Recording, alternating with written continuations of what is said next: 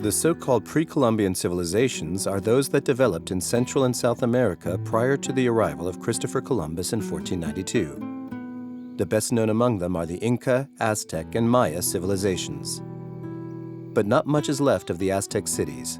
Since the capital Tenochtitlan was destroyed by the conquistadors and covered by the colonial center of Mexico City, the site of Teotihuacan, 50 kilometers from Mexico, is the last remaining vestige, excluding the codex.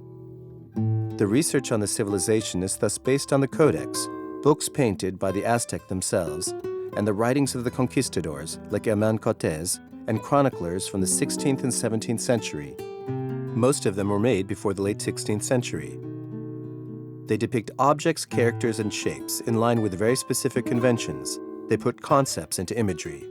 Here, for example, the billow emanating from a character's mouth symbolizes speech. What we do know about the Aztecs is that they were first nomads. They settled in the Mexico Valley in the early 16th century. From their capital, they erected an empire, conquering neighboring lands and forming alliances with other city-states.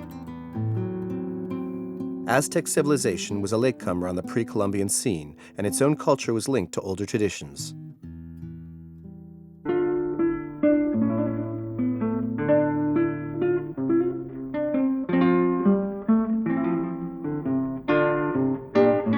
Les Aztèques arrivent selon la tradition. The Aztecs arrived on the high central plateau in the 13th century, or the beginning of the 14th, according to the translations of the texts. In fact, it is a small group of migrants who probably came from the northwestern confines of Mesoamerica. Qui arrivent et qui, par leur qualité de guerrier et par un système through their warlike qualities and a system of alliances, mostly but not only matrimonial, they came to establish themselves as the head of all the other cities and take power. Les autres cités et à prendre le pouvoir, en fait. Donc c'est un petit groupe de migrants. This is a small group of migrants who arrive from the north and pass through the city of Tula, the Toltec capital. They stay there a certain time. This trip to Tula is extremely important because the Aztecs are able to obtain a form of Mesoamerica legitimacy. Like Teotihuacan, as the Toltecs themselves claim to be the heirs of Teotihuacan. Et ensuite, ils arrivent par le nord du bassin et là, ils vont rentrer dans un... They arrive from the north of the basin and will enter a valley where there are many lakes. C'est une région très... This is a region that is very favorable for agriculture, for human settlements, so it has been highly populated for a long time. They try to find a place to settle. Et là, ils vont s'affronter aux cités des rives. They will clash with the cities on the banks, and some of these cities will hire them as mercenaries to take advantage of their warlike qualities. Mais ça tourne rapidement mal. But that quickly turns bad. Since the Aztecs are known for their brutality, this is what the texts say, and for practicing outrageous human sacrifices. For these reasons, they are chased from all the cities on the banks, and they are forced to seek refuge on a tiny island located in the center of Lake Texcoco. This is where they will discover a sign, sent to them by their main deity, Huitzilopochtli, god of the sun and war. This sign is an eagle, perched on a cactus, in the middle of devouring, according to the traditions, a prickly pear, the fruit of the cactus, which is a symbolic representation of the human heart. The Spanish tell us that it is a serpent, which would be the equivalent of evil in Western thought. So they decide that it is here that the gods tell them to establish their temple.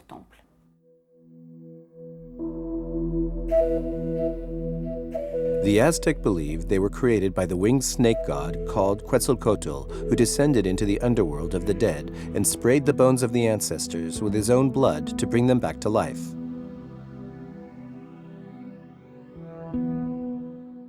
It is known from excavations that the island was inhabited before the arrival of the Aztecs. Certainly not very populated, but the Aztecs did not move into a completely unpopulated area. So the city, Tenochtitlan, the Aztec capital, was created in the middle of the lake. This will cause challenges for urban planning in terms of control of the level of the lake's waters, because it is a region where it rains a lot in the rainy season. And on the other hand, the dry season is very long, with the due variation of the lake which they will have to manage. Les Aztecs vont mettre au point des systèmes très complexes. The Aztecs will develop highly complex systems of locks and aqueducts to bring drinking water to the island, and construct a lakeside city which, at the moment of the conquest, will amaze the Spaniards with its beauty, its cleanliness, and the organization of its neighborhood. The Aztec used writing, knew how to make paper, and practiced astronomy. Trade was very developed throughout the empire, and the capital held huge markets.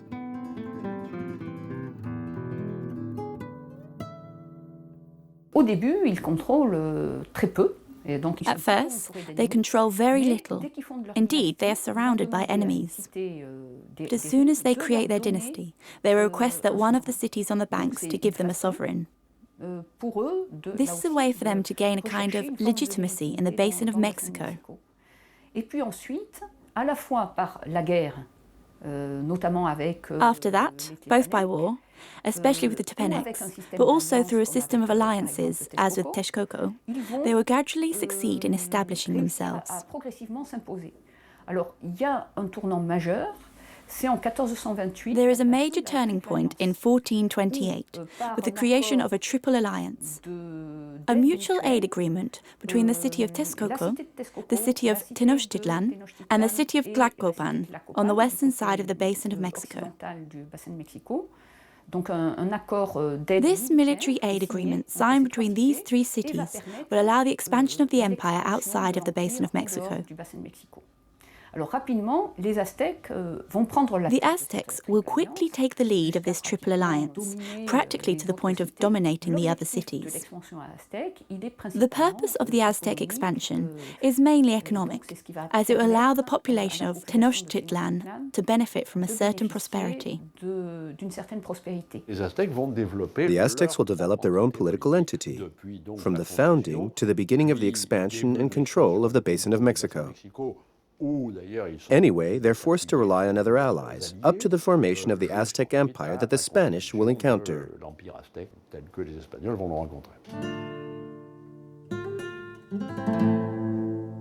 The Aztecs claim a double origin, which you find elsewhere in the texts. The hunter warriors in the north and the sedentary farmers in the basin of Mexico. This represents the two economic bases of the empire, the two great social categories, the producers and the predators. They're the warriors who deal with the tribes. Gradually, the Aztecs will take control of the entire south of the basin and all the areas of raised fields, or chinampas, which are particularly rich agriculturally. Thus, the Aztecs practice a political expansion which is not based solely on religious or military criteria, but on economic ones. From 1420 or 1430, the Aztec expansion leaves the basin of Mexico and does so by a policy which seems highly calculated. The Aztecs take control of the bordering regions little by little, and the conquests accumulate progressively until the arrival of the Spaniards.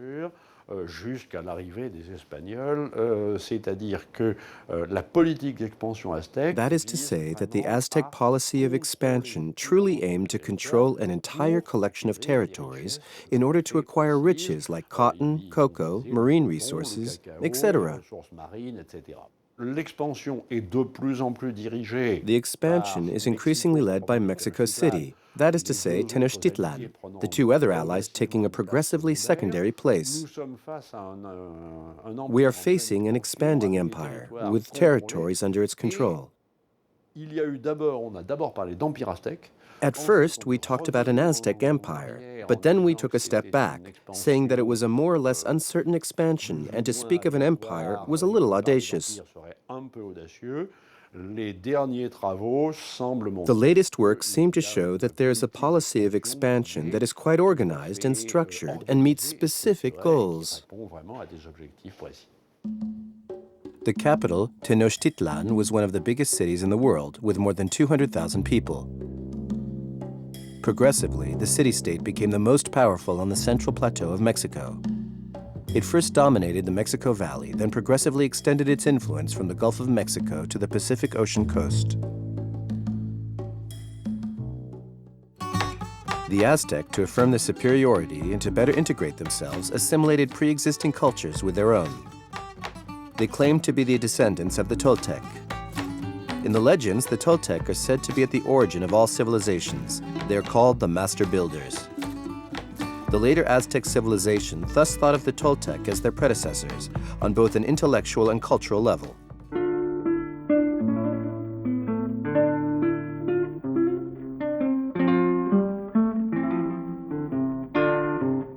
Immediately before the Aztecs, there were the Toltecs.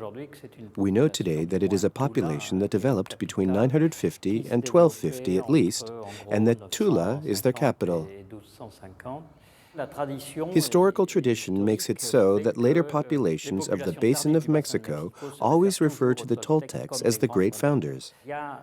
At the moment when the Aztecs take power in the Basin of Mexico, in the beginning of the 15th century, there is only 100 years before the arrival of the Spaniards. During this period, an entire tradition is put into place which values the ancient cities, in which the Aztecs will take their place in the continuity. At the same time, they're committed to clearly mark their differences and to say that they came from somewhere else. The Aztec took over the abandoned Toltec city of Teotihuacan.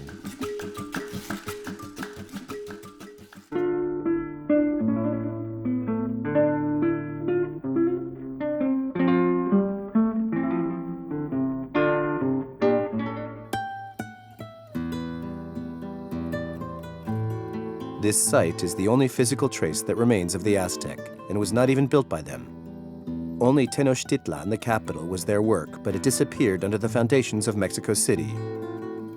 At Teotihuacan, which is the most famous pre-Columbian city-state, it is clear that the word Toltec refers to master builders, and when the Aztec arrived here, they saw it too.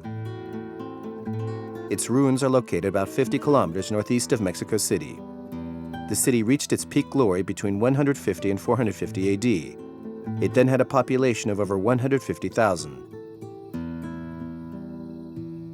Teotihuacan civilization was very close to Mayan civilization and strongly influenced the populations that later appeared in Mexico, like the Aztec.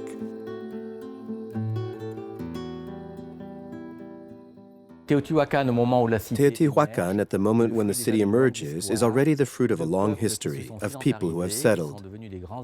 They've become great farmers with an economy based on the growth of corn in particular. Little by little, they will give birth to this city, which in the space of 1 or 2 centuries will become this great metropolis, the greatest political and economic power in all of Mexico. The city was designed around a central axis, the Avenue of the Dead. On either side of the avenue stand pyramids and temples devoted to the gods. It is divided into 4 quadrants. It is the symbolic representation of the world on a horizontal plane. Note the absence of all military structures and fortifications within the city. Teotihuacan was abandoned in the 7th century, perhaps following a revolt of the people against the leading class.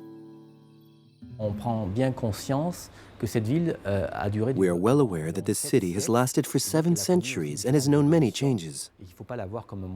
Do not think of it as a moment frozen in time. There are monuments that are built, that are expanded, and others that are destroyed. The city has moved, operated, and developed in an extraordinary way. What remains a great mystery for the archaeologists is the way in which it collapses, disappearing completely during the 7th century until scientists uncovered it in our days.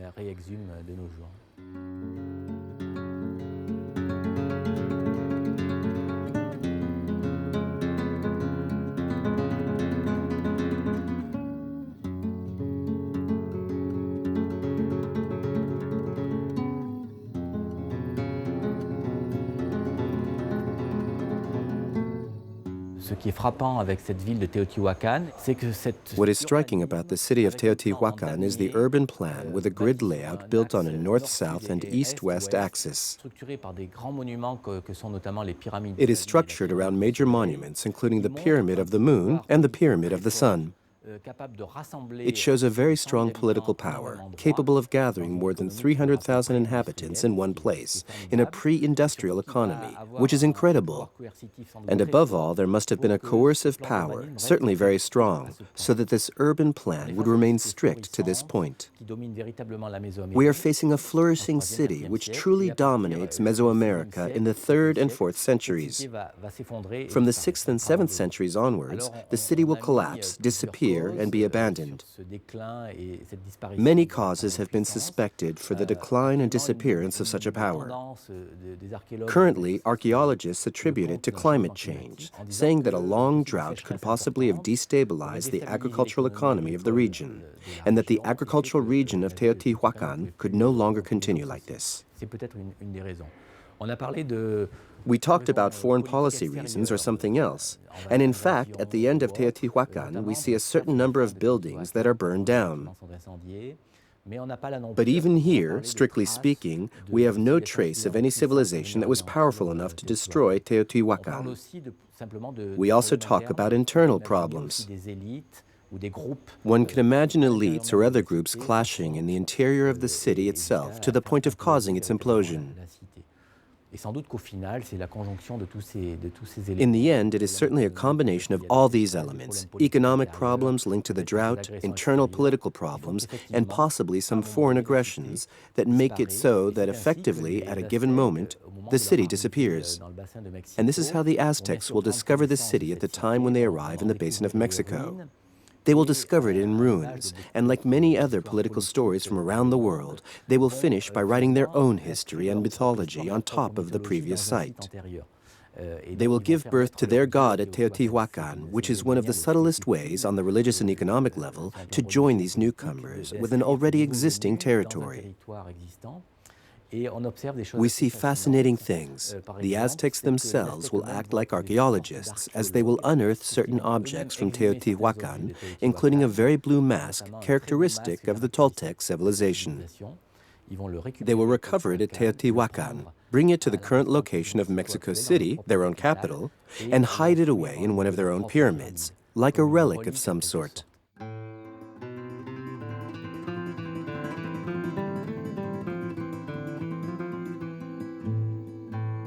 Coming from Tenochtitlan, their capital, on the other side of the lake, the Aztec found enough in the forgotten city to satisfy their ambitions. What must have impressed them a lot is the existence of these great pyramids that had turned back into hills. But completely isolated hills in the middle of a plain will attract your attention, and they knew perfectly well that there were ancient pyramids and temples. It was very close to their home, something like 40 kilometers away. So it's completely logical that the Aztecs set a certain number of their origin myths in Teotihuacan itself. It's from Teotihuacan that in Aztec thought, the sun and the moon appeared in our world. The Aztecs were the first to conduct excavations in Teotihuacan to find offerings for the Templo Mayor in Mexico City, for example. Because a certain number of the objects found are of the Teotihuacan style and were probably recovered from the site via excavations or looting. In any case, the Aztecs were eager to recover these elements, which had a strong symbolic connotation for them, in order to join in the tradition of the inhabitants of the region.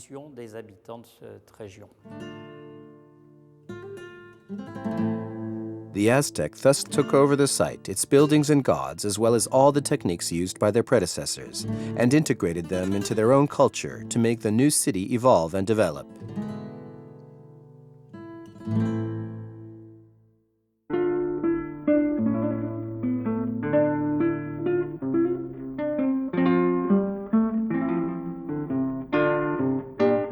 The pyramid is the support for a temple. That is to say, at the summit of this pyramid, which is flatter and less slender than the Egyptian pyramids, there lies a temple where a number of rituals are practiced, including some human sacrifices. The symbolism of the pyramid is a form of representation of the mountains, which also surround the site of Teotihuacan and are considered vital places, sources of water, and are particularly honored by the ancient Mexicans. The city stretched out over 30 square kilometers. It started being built in the early pre-classic period around the year 300 BC. The Pyramid of the Sun was completed in 150. To the north, the Avenue of the Dead leads to the Pyramid of the Moon, 46 meters high, behind which rises an ancient volcano. There are two pyramids, that of the Moon and that of the Sun, names that were given by the archaeologists of the 19th century. They were built during the very first years of our era. The recent excavations conducted at the Pyramid of the Moon, in the north of the site, reveal a complex process. We could see from tunnels dug in this pyramid that it was built in 7 stages. In fact, there were 7 successive pyramids, each one a little larger than the last, in the style of a Russian doll. Building upon the first small pyramid, a second was constructed, then a third, then a fourth, up to the 7th, which is the one we can see today. These constructions were spread between the beginning of our era and the 4th century. Recent excavations have shown that on the completion of these new constructions, they conducted human and animal sacrifices as a kind of inauguration of the new buildings.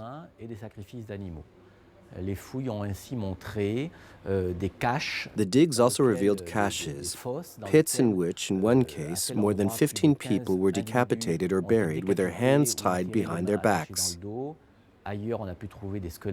Elsewhere, we could find the skeletons of jaguars, wolves, and raptors, some of which were buried alive. All this accompanied by exceptional funeral offerings, obsidian knives, statuettes, and masks, which makes this discovery an exceptional event for the archaeological world on the level of understanding these societies and their practice of human sacrifices. In front of the edifice is the Moon Plaza, lined with platforms that conform to a rigorous symmetry. The pyramid was devoted to the god of storms. The Pyramid of the Sun is 65 meters high. The Pyramid of the Sun is a pyramid orientated to the west, thus towards the setting sun. On the facade of the pyramid, there is a door that gives access to a long tunnel that goes deep into the bowels of the pyramid and ends at a chamber designed like a flower with 4 petals, with 4 rooms, which is located exactly below the platform at the summit of the pyramid. It is therefore thought that the pyramid was built to cover this cavity, which was the original site of worship in Teotihuacan. Unfortunately, this space was constantly visited, notably by the Aztecs. We find Aztec ceramics there. The Aztecs themselves probably practiced rituals there, so we don't know what occurred there originally. Were there funerals or high-ranking people in the hierarchy of Teotihuacan? Was there a spring? We don't know. It is a place that has been too upset since the ancient times, but it is certainly quite an important place for the rituals practiced at the beginning of the Teotihuacan underneath the Pyramid of the Sun. It is worth mentioning that grottos played an important role in the Mesoamerican religions. They symbolize fertility, the site of man's creation, and also represent access to the underworld of the dead. At the intersection of the Avenue of the Dead and the Great East-West Road stands a huge complex that archaeologists call the Citadel.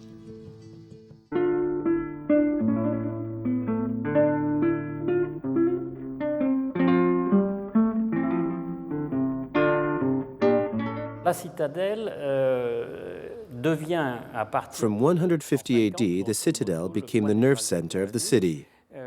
It is the point where the 2 great avenues that oriented the entire city crossed. It is located in the southeast corner of the intersection. This is a great set of platforms that surround an enormous square in the center, in which there is the pyramid of the Feathered Serpent, Quetzalcoatl, which itself is bordered to the north and the south by 2 sets of palaces. The results of the digs have not confirmed that they were the homes of people with major political powers. Gradually, with time, this citadel, and this is why we call it that, was surrounded by platforms to restrict entry. On these platforms, there are a series of pyramidal foundations that were certainly topped by temples. Between the pyramidal bases of the top, they will gradually build walls along with the evolution of the city until it becomes almost fortified.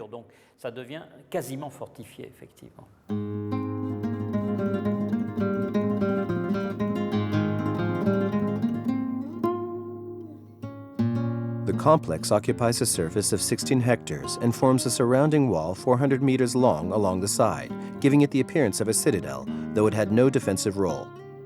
At the back of the esplanade stands the temple, a step pyramid flanked by 2 residential buildings. The citadel is a hollow space. It has roughly the same surface area as the Pyramid of the Sun, but is hollow. It is a lowered courtyard, in the center of which the Temple of the Feathered Serpent is located.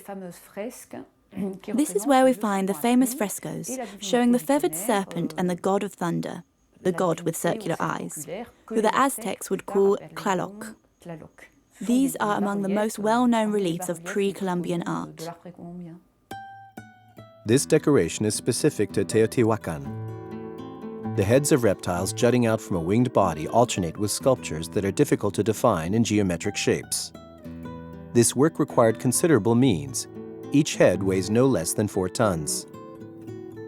In the time of the city's glory, these sculptures were painted.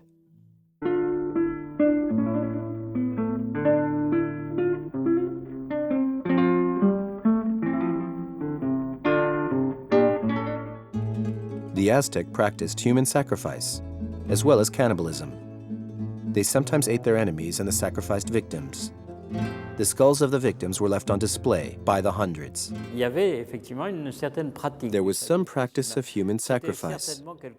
It was definitely something that was quite exceptional and must have taken place during great ceremonies and in very specific circumstances. One had all kinds of other possible sacrifices to avoid resorting to human sacrifice. But human sacrifice did exist at this time. It existed before, and it will exist afterwards. The sacrifices constantly required new victims, and so the Aztecs left on expeditions to take prisoners of war. But victims could also be taken from the general population, with their consent, for it was believed that the sacrificed would depart to a better world.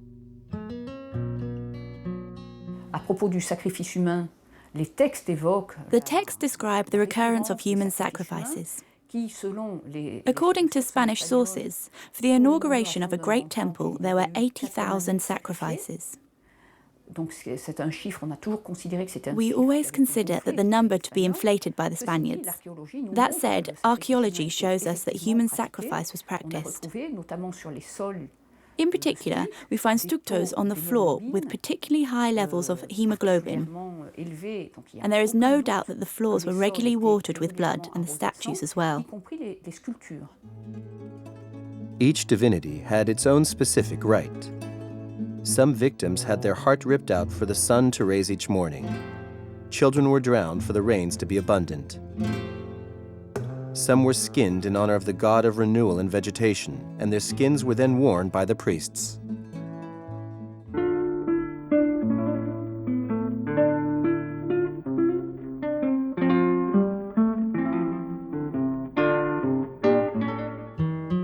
The Aztec worshipped the sun, the rain, the moon, and many other gods. Their religion was a mix of polytheism, shamanism, and animism, inherited from the more ancient civilizations of central Mexico. It was a combination of the astral religion of the nomads and the agrarian religion of the sedentary peoples of central Mexico. Le Panthéon. The Aztec pantheon is all the more complex as the Aztecs exhibit a great liberalism. That is to say that they adopt the gods of groups that they conquer very easily and integrate them, which is also a manner of integrating the groups.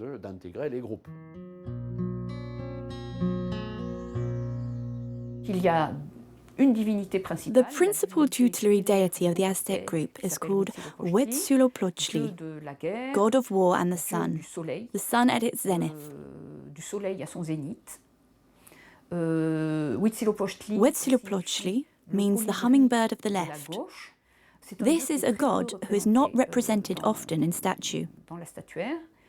On the other hand, we have numerous portrayals of other divinities, like Tlaloc, the masculine god of rain, or feminine divinities linked to water and fertility, who are numerous.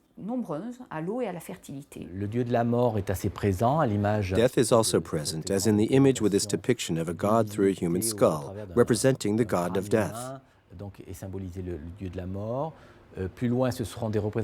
Furthermore, there are portrayals in different-sized sculptures of the feathered serpent god, or Tlaloc. For example, one can even find them in tiny figurines made of ceramic or stone. Quetzalcoatl, the famous feathered serpent god of the Aztecs, is this animal hybrid that combines the form of a serpent with a covering of feathers. It is at once both a land animal and an air animal, which shows the relationship between the celestial world and the underworld. It is portrayed prominently in Teotihuacan, where it can be found in murals that show an animal painted in the sparkling colors of the Quetzal, the tropical bird that is a symbol of Mesoamerica. And we also find it portrayed on monuments, in particular on the Pyramid of the Feathered Serpent in the heart of the Citadel, where several dozen great feathered serpents are depicted, notably having the head of a feline with its fangs and the body of a serpent.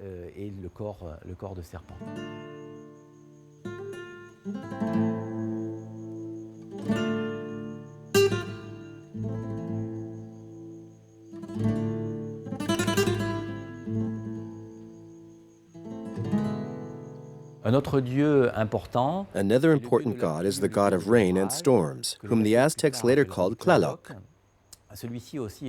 This god is also portrayed in numerous places across the city of Teotihuacan. One recognizes him in particular by his two large binocular-like circled eyes. This god is the giver of life through the water, which is a source of agriculture. This rain god, Tlaloc, is also the god of thunder, hail, or the god of devastating storms. In some ways, he also has a warlike dimension in a way that honored the ancient Aztecs.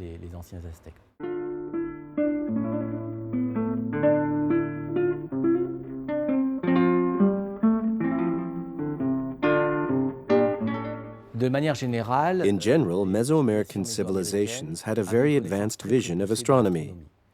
The movement of the planets, the movement of the sun or the moon no longer had any mystery for these civilizations.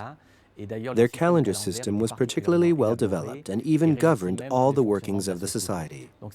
They were great astronomers, and furthermore, one can see calculations based on astronomical bearings in the division of the city and in certain axes that structured it. What is incontestable is the degree of precision in the calendars, in the movement of the planets by the Mesoamerican civilizations. Those of Teotihuacan in particular were quite exceptional and rivaled the knowledge that one could have not long ago in the West. The Aztecs had the same calendar as the other Mesoamerican people, the same way of counting time, based on two principal calendars, along with a Venusian calendar. The two principal calendars are the solar calendar of 365 days and the ritual calendar of 260 days. So for a given day, we have a date in both calendars, which is an extremely precise way of controlling the flow of time and therefore all ritual events depending on this calendar. L'ensemble de l'appareil rituel dépendait de ce calendrier. Et donc, il y a pour chaque mois, for each month, for each day, there is a deity who is the patron deity, for whom one will practice a certain number of rituals. We have very precise information, thanks to Spaniards, especially from the work done by a Franciscan named Sahagún. He recorded a great deal about aspects related to the life of the Aztecs. In particular, its ritual characteristics, but also domestic lives, social organizations, the organization of agriculture. He described the markets, etc. So we have an enormous amount of information. But what is more difficult for us, archaeologists, to perceive is everything related to religious organization. The organization of rituals is very carefully described by Sayagun and brings us essential information on the celebration calendar, which celebrations one carries out which month. Writing in Mexico appeared only in the 12th century AD. It was used to register economic data and for historical and religious writings. Scribes wrote on various materials like agave fiber, deerskin, and beaten bark. Thousands of codex were destroyed by the Spanish at the time of the conquest.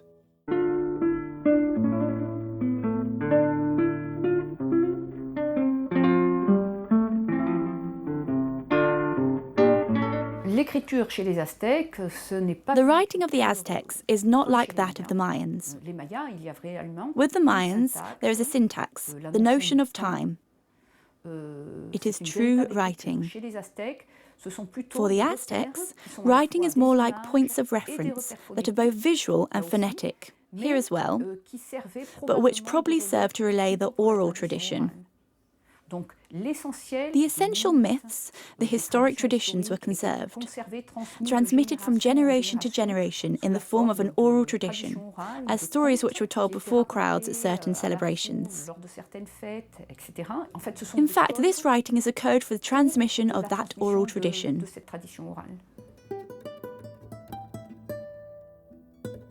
The Aztec Empire reached its peak in the early 16th century under the reign of Moctezuma. He had been an emperor for 17 years when the conquistador Hernán Cortés landed on Mexican soil in the spring of 1519.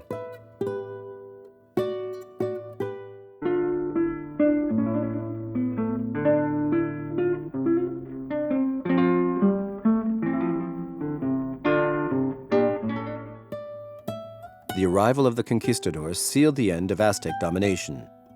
Cortés first allied himself with their enemies. The Spanish and their Native American allies arrived before Tenochtitlan, the capital, on November 8, 1519. Moctezuma greeted them peacefully at first. Then doubt and hostility set in and ended with the massacre of Tenochtitlan's population and the death of the Aztec leader. The city was then reduced to ruins, on which Mexico City was built. When Cortés arrives, he arrives to conquer. He knows of the existence of the Aztec Empire and its richness. His objective is to conquer. We are no longer in the age of discovery. He arrives at the head of a small army. Generally, we count around 450 men of war soldiers. Cortés arrives on the coast around Veracruz, where the Indians we call Totonacs are settled, who are tributaries of the Aztec Empire.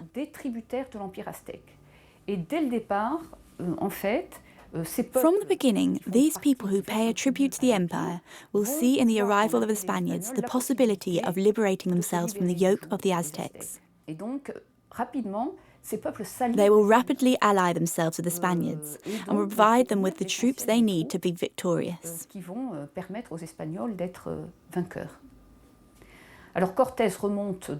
Cortés will quickly climb up the high central plateau. He is received by the Emperor Moctezuma II in the city of Teotihuacan. Moctezuma receives him in the palace of his father. He installs Cortés and his troops in the heart of the ceremonial Aztec center. This is a great Aztec ceremony, with music day and night. Human sacrifices are made inside the walls of the great temple. And there, the Spanish troops lose their self-control and massacre a good portion of the indigenous nobility who have gathered in the center of the ceremonial space for the celebrations. This is the Noche Triste. the sad night. Through his diplomacy and prudence, Cortés has succeeded in maintaining a kind of status quo for several months living with the Aztecs. He began to amass the gold that they offered him. This will be the beginning of the war and the Aztec resistance. The emperor, Moctezuma, who was held prisoner, will be killed. It was an extremely hierarchical political system. Cut off the head and everything collapses. The Aztec resist, but there is very quickly a collapse of this political structure that has been so powerful. It takes about 2 years from the arrival of the Spaniards to the fall of Tenochtitlan. The capital city is destroyed, and in its place the capital of New Spain will be built. Colonial power is directly established in the same place, and the whole structure of the empire collapses at once.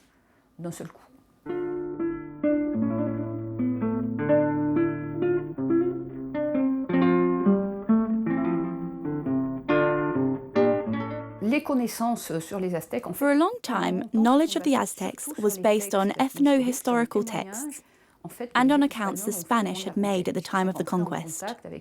They came into contact with these living civilizations at their peak. So we have an enormous amount of information that comes from texts, mostly written by the religious, and by Franciscans in particular, for the time of the evangelization. Archaeology is much more recent. It had been hindered by the fact that the Aztec capital had been covered over by the modern city. But over the years we have still been able to accumulate a lot of information archaeologically as well. North of Mexico City's Central Plaza, a number of Aztec buildings form the religious center, the Templo Mayor. It included one pyramid with 2 sanctuaries, temples, and also a college, a music school, and arsenals.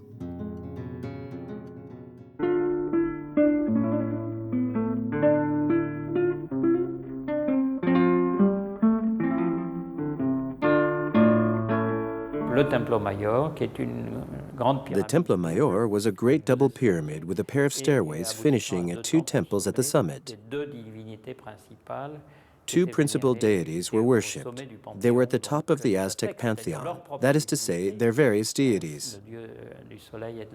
There was Huitzilopochtli, the god of sun and of war, the god who guided them to the place they settled. And then the traditional god, at least the one that passed for the most traditional in the basin of Mexico City, the god of rain, of agriculture, and the settled population. Both are associated with the summit. The Templo Mayor, like many of these pyramids, opens towards the west.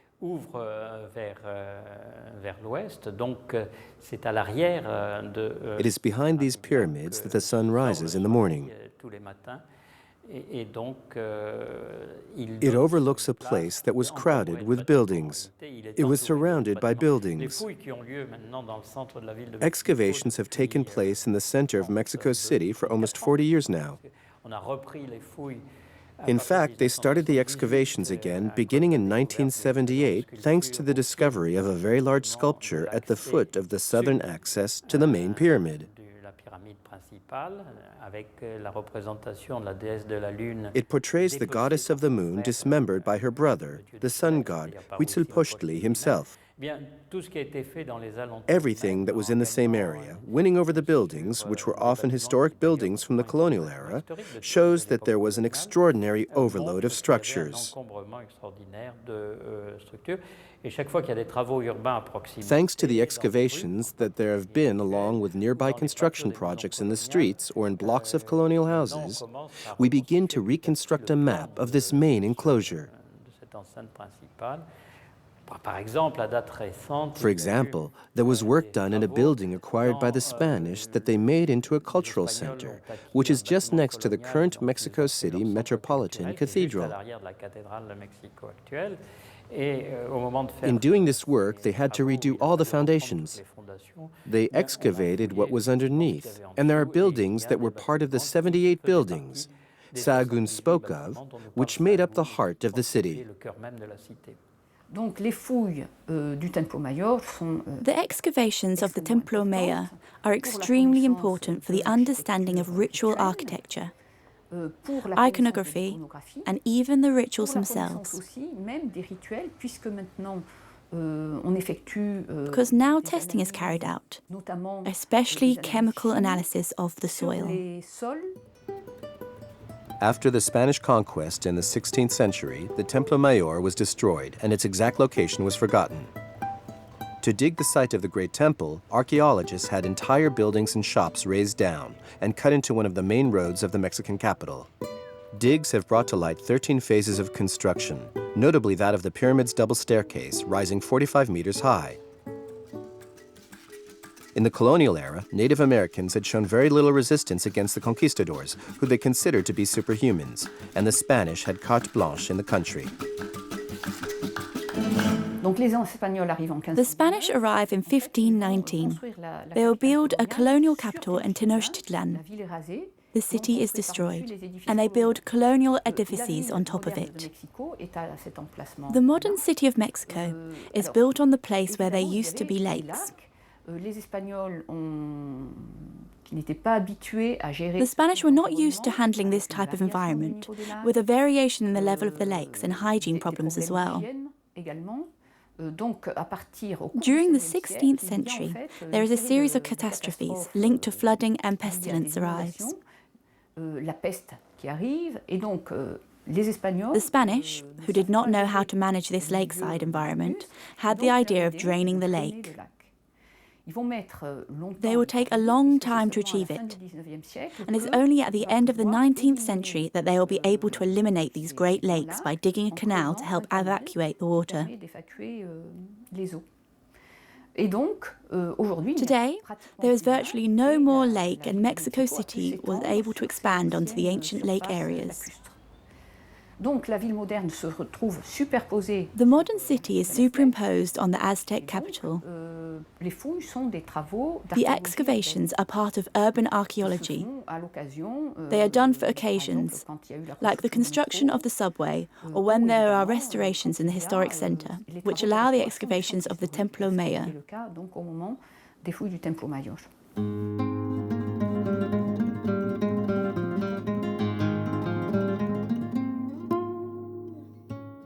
Of the marvelous lakeside city of Tenochtitlan, nothing remains today. The tentacular expansion of Mexico City has covered everything. The Aztec Empire went by in a flash.